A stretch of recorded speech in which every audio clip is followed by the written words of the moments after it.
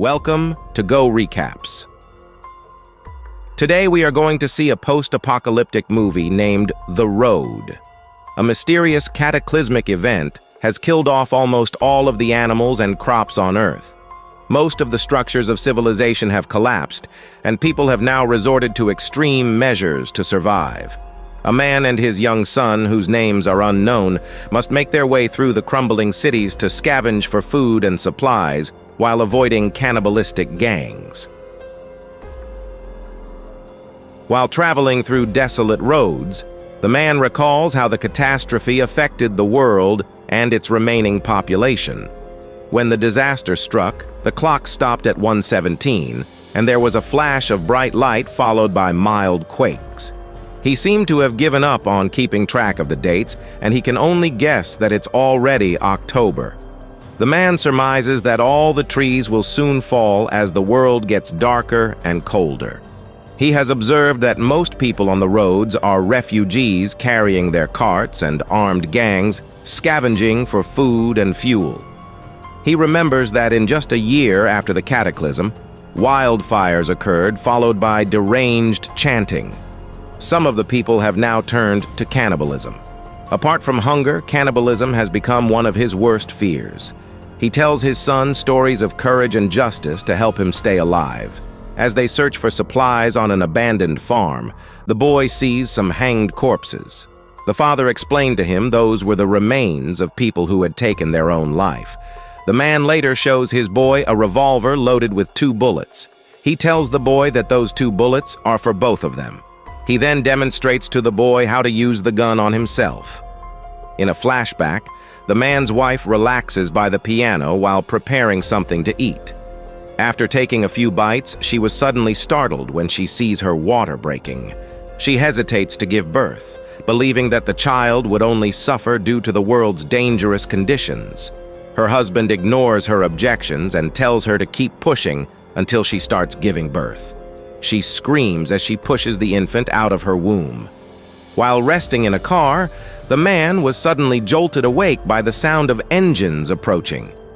The man and the boy quickly hide in the woods as a gang of armed men arrives, but they were soon discovered by a gang member taking a leak nearby. The man threatens to shoot the gang member if he calls out for his friends. However, a sudden noise from a truck distracts the man, allowing the gang member to grab the child. The man shoots the gang member in the head, carries away his unconscious son, and hides deep into the woods until the following day. When they went back for their belongings, the man noticed what appears to vital organs and the severed head of the gang member that he killed. In another flashback, the wife points out to the man that they only have 2 bullets left. She regrets that she had not taken her own life when they had more ammunition. She fears that the cannibalistic gangs will eventually catch them and abuse them before they get killed and eaten. The wife tells the man that she should stop listening to him and just go ahead and shoot herself. The man pleads with his wife to stop thinking about giving up, but she doesn't want to keep living just to survive. The wife stressed that she wants to take their son with her, noting that other families have done the same. She walks away from the man and proceeds to give the boy a bath. As the man and the boy get back on the road, he advises his son to steer clear of bad guys. He warns the boy that there are not many good guys left. The father tells his son to keep carrying the fire with him and assures him that they are still the good guys despite what happened with the gang member. During a rest stop, the boy tells his father that he wishes he's still with his mother. The father then asks the boy whether he wishes that he was also dead. When the boy said yes, he told him that they should both stop thinking about his mother. While the boy slept, the man went to a bridge to throw away his wallet containing a picture of his wife. While attempting to get rid of his wedding ring, the man recalls how he begged his wife to stay with him. Despite his pleas, the wife was determined to leave and even refused to say goodbye to their son. She just asked the man to keep the boy warm and head south. She walks out of the house, leaving her husband and child behind. The man recalls that his wife died in the darkness. The man and the boy started heading south to find a more suitable place to live. They come across a large house on the way. so they decide to check it out after seeing that it's empty. While investigating the kitchen, the man sees a padlocked door on the kitchen floor. He goes out to find an axe and uses it to break the lock. They both go down to the cellar to find starving and mutilated people begging them for help. When they start running away, a man goes after them. They manage to get back upstairs and block the door with a table. As soon as they try to leave the house, they see the occupants arriving. They hide in the bathroom while the residents enter the house.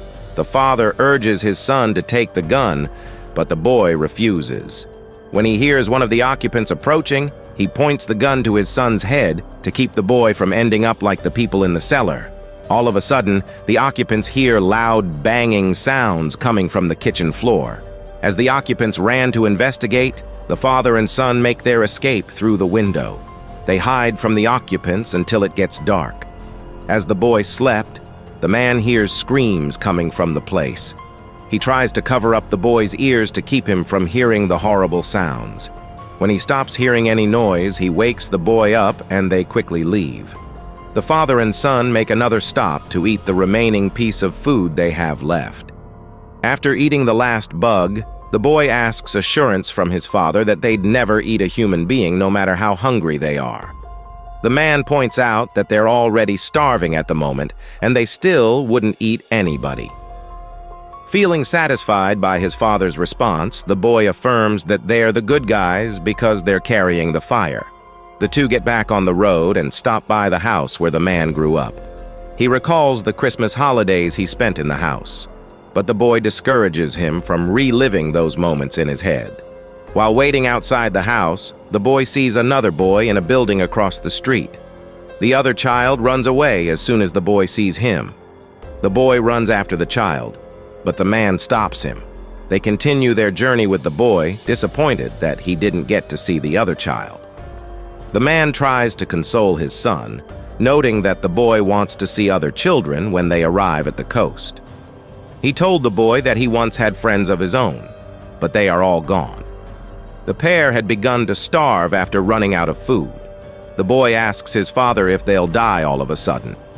The man explains that it will take a while before they die of starvation. The man feels that he is slowly dying, so he tries his best to prepare his son to survive on his own. While resting at an empty house, the man finds a piano. As he removes the cover, he starts to cry as he remembers how his wife played the instrument. He plays a few notes and tells the boy that his mother played the piano very well. The child says he doesn't remember it at all. The father and son decide to leave after finding nothing else inside. However, fortune had struck when the man discovers a hatch while walking through the backyard. When they went down to investigate, they saw that the bunker is filled with food that could keep them well fed for years. They stay in the bunker and make it their home, but they were soon forced to leave it after hearing strange noises above. The boy thought the noise came from a dog. The man concludes that the bunker will soon be discovered and it will no longer be safe for them. They loaded whatever they can into a cart and continued heading south. As they make their way to the coast, they see an older man walking ahead of them. Realizing that the older man poses no threat, the boy asks the man to give him some food. The boy hands him a can of food and watches him eat. The father insisted that the older man cannot come with them, but he invited the older man for dinner. The older man reveals that his name is Ely as they continue their journey. After having dinner, Ely and the man started talking about the boy. Ely thought that he had seen an angel when he first laid eyes on the child. He reveals that he once had a child of his own and never thought he'd ever see a child again. When the man asks Ely what happened to his own son, the older man refused to talk about it. Later on, Ely explained to the man that he always expected a catastrophe to happen. He had seen the warning signs, but he contended that there was nothing he could do to prepare for it. When the man asked if he ever wanted to die, Ely said that dying is a luxury that he could no longer afford to ask for in these dangerous times. The next day, the boy is still trying to convince the father to help Ely as they go their separate ways. The man insists that they've done enough for him and suggested that the boy would have more time to think about their own situation when they run out of food. The boy reminded his father of his advice to watch out for bad guys, then points out that Ely clearly wasn't bad. The two decide to stash away their cart in the woods to check out some huts nearby. As they come close to the houses, the man sees a collection of skulls on the ground. When they turn back, they witness a woman and a child being chased by a group of cannibals. The woman drops to the ground and gets caught. They hear the woman scream as they run deep into the woods to escape from the gang. A strong earthquake occurs as they run through the forest, causing some large trees to fall. They take cover behind one of the fallen trees to avoid being hit by the others. The man's health has been slowly deteriorating, but they keep moving towards the coast despite his condition. They soon arrive at the beach, but the boy's excitement quickly turned into disappointment when they see its shore's filthy condition. The man sees a shipwreck close to the beach, so he swims toward it, hoping to find some supplies. He leaves his son to look out for their things, but the boy soon falls asleep. As the boy slept, a man with a knife walks towards their tent. The boy wakes up to find that all their belongings are gone. The man gets back to the shore with a flare gun he took from the shipwreck. The man quickly chases after the thief, carrying and dragging the boy along with him. When they catch up to the thief, the man threatens to shoot him. The thief refuses to give back the cart, but he quickly changes his mind after hearing the boy begging his father not to kill him. The man asks the thief to throw his clothes and shoes on the cart and leaves him naked on the road. On their way back to the beach, the boy convinces his father to go back and help the thief. When they get back, the thief is gone, so they leave his clothes and a can of food on the ground. The father and son continue on their journey, and they soon arrive at a ravaged street. The boy sees a can with a bug inside and becomes fascinated with it. He shows it to his father just before the bug flies away.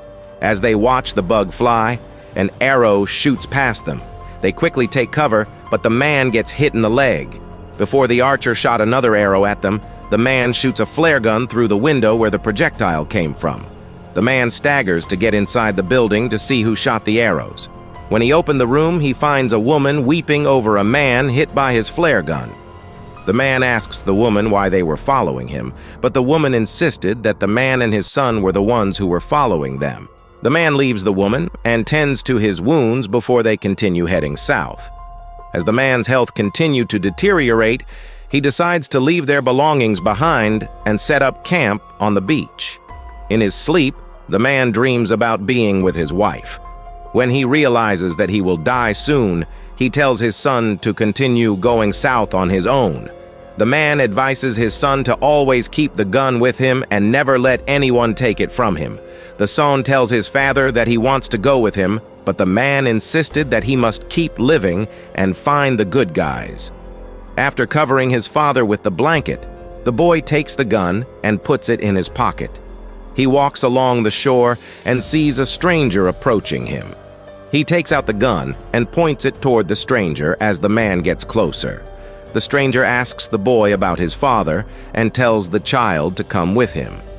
He convinces the boy to put the pistol down and explains the choices that he has to make. The stranger tells the boy that he can either join him or stay on the beach with his father.